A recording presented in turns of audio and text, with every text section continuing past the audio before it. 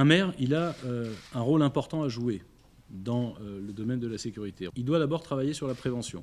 Il y a un débat droite-gauche que je ne comprends pas, qui est la gauche serait la prévention, la droite serait la répression. En réalité, la prévention et la répression, ce sont les deux touches de la même musique et de la même partition.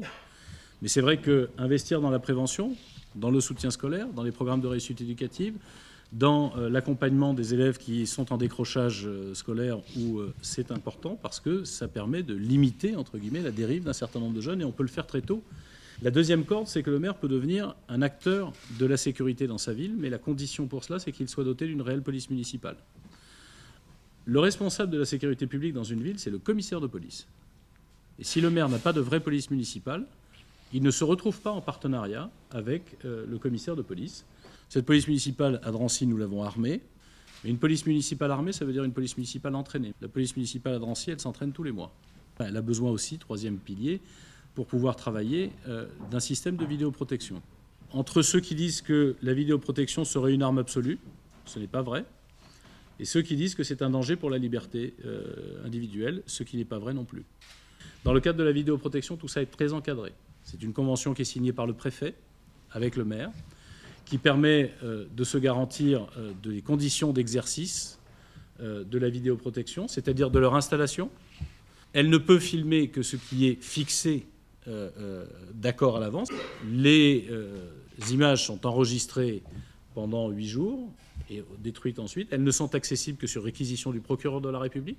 Et c'est là la justice qui garantit la protection des données des uns et des autres. Et les gens qui ont accès à ces images, en direct ou en différé, sont strictement définis par une convention avec l'État. Donc quelque chose qui est parfaitement sécurisé au niveau des plans individuels, mais je ne comprends pas non plus qu'on puisse s'en passer. Ce n'est pas une arme miracle, mais c'est un outil, et c'est un outil indispensable. C'est également très dissuasif. C'est aussi un plus de sécurité apporté à une commune et à des citoyens qui peut s'étendre aux commerçants. C'est un système qui nécessite un investissement, mais pour lequel l'État aide à travers le FIPD, le Fonds interministériel de prévention de la délinquance. Dans une ville comme la mienne, moitié moins grande, un peu moins de la moitié du Mans, au cours des 10 dernières années, ce sont 4000 personnes qui ont été déférées par le procureur de la République en justice à partir des images que nous avions enregistrées. Tout ça pour dire que j'ai été assez étonné de voir que le Mans se privait de au moins 2 des 3 outils que je viens de décrire. Un maire, en réalité, a une palette de moyens d'intervention qui vont de la prévention au système d'alarme, en passant par la police municipale et la vidéoprotection, une palette large. Et en réalité, les maires qui ne s'en soucient pas vont être débordés par les événements parce que la délinquance est devenue de plus en plus mobile.